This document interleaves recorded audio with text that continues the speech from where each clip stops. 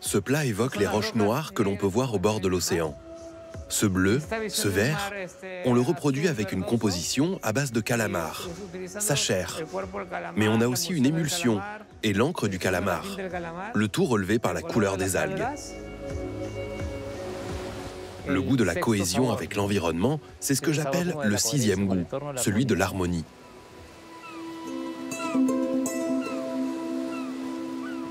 Partir des profondeurs du Pacifique pour arriver à 3800 mètres d'altitude, au cœur de la cordillère des Andes, en passant par une plongée dans l'Amazonie, c'est un voyage gastronomique vertical à travers l'histoire et les écosystèmes du Pérou. Connexion amazonienne, altiplano ou encore cordillère glacée. Des plats qui ressemblent à des œuvres d'art et qui reflètent la créativité d'un enfant de Lima, le chef Virilio Martinez. Situé au cœur de la capitale péruvienne, son restaurant Le Central vient d'être couronné par le titre de meilleur restaurant au monde.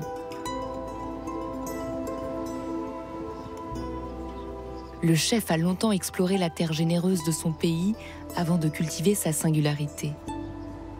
Celle d'une cuisine des origines qui plonge dans les racines du Pérou.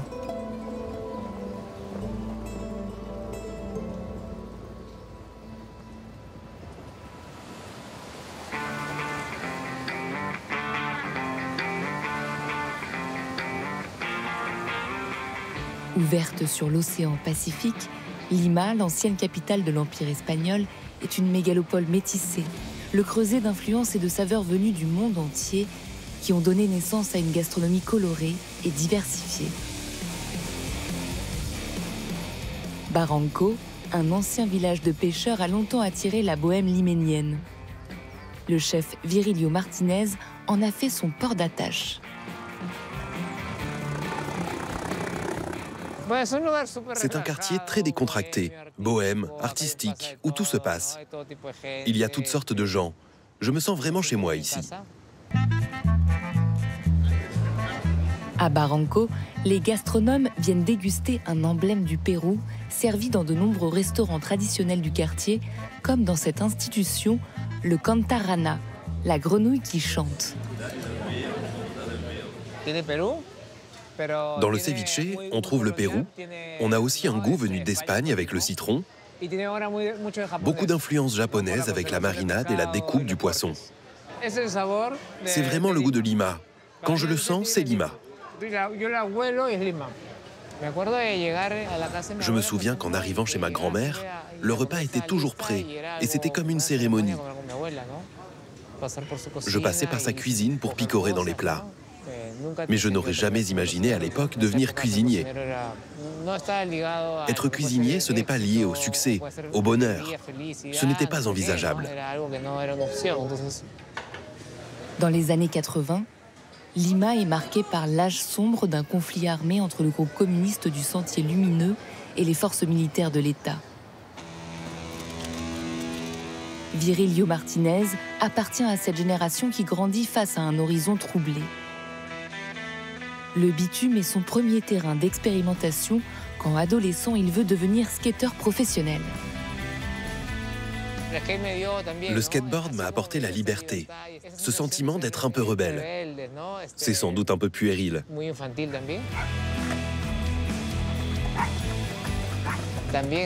C'est un sport qui donne aussi le sens de l'engagement, de la détermination, de la discipline pour ce qu'on aime. À force de travail, on peut faire des figures, des pirouettes, et c'est ça que j'aime. Un accident de skateboard change sa destinée. Il décide de devenir cuisinier et ouvre à l'âge de 31 ans son premier restaurant à Lima.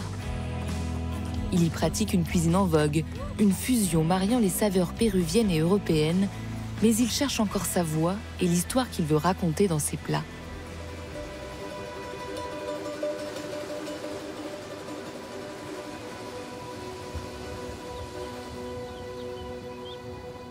Sa quête le conduit loin de Lima, dans un autre monde tout en verticalité, celui des montagnes sacrées de la cordillère des Andes, où les Incas ont partout façonné des terrasses pour cultiver la pomme de terre, le maïs ou le quinoa. Ce panorama vertigineux agit sur le jeune chef comme un révélateur. Pour moi, ce paysage est une vraie source d'inspiration pour inventer à partir d'une vision du monde en altitude, grâce à toutes ces terrasses. Il est certain que ce site m'a offert la voie de la créativité, une façon de concevoir mon menu. À 3500 mètres d'altitude, l'amphithéâtre étonnant de Moraille aurait été le premier laboratoire d'agronomie du Pérou. Sur ces terrasses, les Incas auraient reproduit des microclimats pour tester leur culture et leur rendement. Un jour, un anthropologue m'a montré un morceau de papier froissé et il l'a défroissé pour me faire comprendre à quoi ressemblait le Pérou. Il m'a dit que c'était ça notre territoire, une multitude de creux et de monts dans lesquels se cachent des microclimats. C'est un pays qui a une biodiversité très riche. Il fallait aller l'explorer et c'est ce que j'ai fait pendant 1 an. Cela a été très important.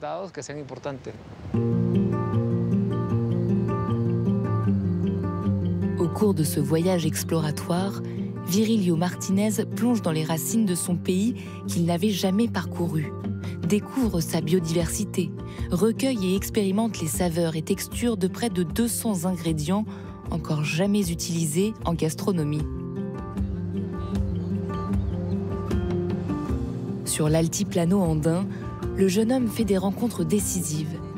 Il s'immerge auprès des communautés paysannes qui partagent leurs savoirs et leurs cultures ancestrales, comme celle de la cueillette des plantes sauvages. Ça se mange. Ça, c'est ce que vous mangez? Oui.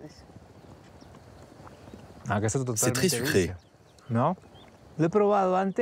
J'en avais déjà goûté, mais jamais directement sur la plante. Nous, on en mange depuis toute petite. Toute petite? Oui, on en a mangé beaucoup. C'est une plante pleine de vertus et c'est aussi une plante endémique. On la trouve en abondance, donc oui, on peut la cueillir pour s'en servir. Cette plante, c'est ce que l'on appelle ici le motui. C'est la fleur que nous utilisons actuellement dans notre plat, la forêt des Andes. En tant que chef, lorsque nous parlons de créativité, ici je découvre toujours de nouveaux ingrédients dans la végétation andine, des plantes que nous ne connaissions pas. C'est très impressionnant. Nous sommes parfois à la limite de ce qui est comestible. Une immersion dans l'altiplano avec de l'agneau mariné, parsemé de motui, accompagné d'une crème renfermant le goût des lacs andins dans ces perles d'algues récoltées à près de 4000 mètres d'altitude. Le chef cultive toujours la même exigence, servir l'écosystème du lieu dans l'assiette, accompagné d'échantillons d'ingrédients bruts, comme ici avec ce plat intitulé « Diversité de maïs ».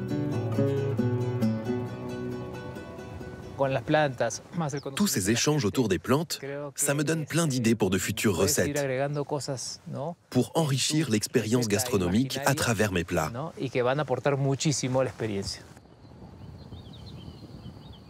Dans les Andes, la Pachamama, la terre-mère, est vénérée depuis des millénaires pour avoir offert à ses enfants un précieux trésor, la pomme de terre.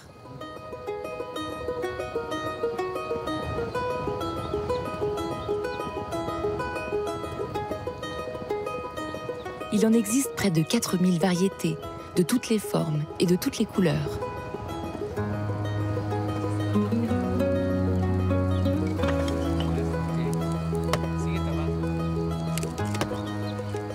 Fasciné par ce monde qui vit au rythme des cycles de la nature, le cuisinier explorateur bouscule les codes de la grande cuisine en réinterprétant des modes de cuisson traditionnels à même la terre ou sur la pierre. Nous sommes en train de faire cuire tout ce qui est de saison. Les plantes, les herbes aromatiques qui sont à quelques mètres de là, des pommes de terre, des racines et des tubercules. Nous faisons un feu avec le bois, les branches.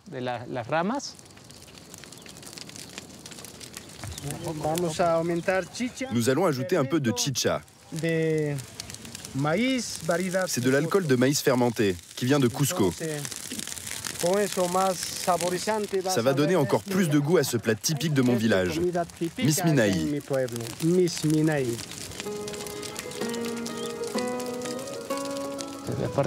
C'est une cuisson qui vient de la cuisine ancestrale.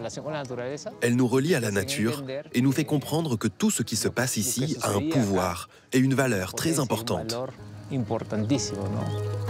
Tout ça donne énormément de sens à ma vocation de cuisinier. Autour de Moraï, les montagnes n'ont pas fini de veiller sur les cultures de ces communautés traditionnelles mises à l'honneur par le chef dans l'une de ses expériences les plus surprenantes, une réinterprétation de la huatia, une cuisson andine à l'étouffée.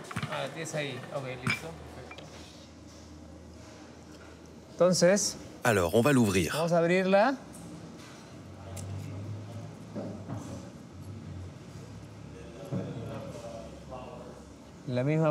Voici donc la pomme de terre indigène venue de Moraï.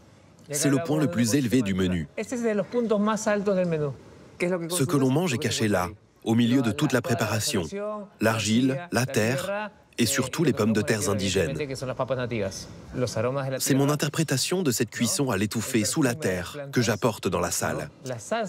Les arômes de la terre, le parfum des plantes, la sauce que nous préparons avec des plantes. L'idée, c'est de vous transporter là-haut, en altitude. Juste en face du site Inca de Moraï, qui l'a tant inspiré, Virilio Martinez a imaginé avec son équipe ce lieu ouvert sur la vallée, un restaurant expérimental et un centre de recherche agronomique.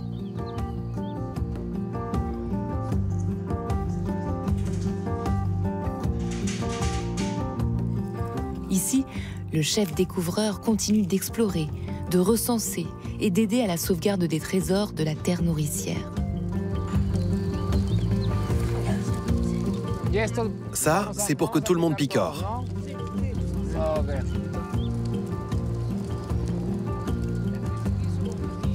En puisant dans l'harmonie qui relie l'humain à son environnement, Virilio Martinez a porté au firmament les racines culinaires de ce Pérou ancestral, un bel hommage de cet enfant de Lima à la terre sacrée des Andes.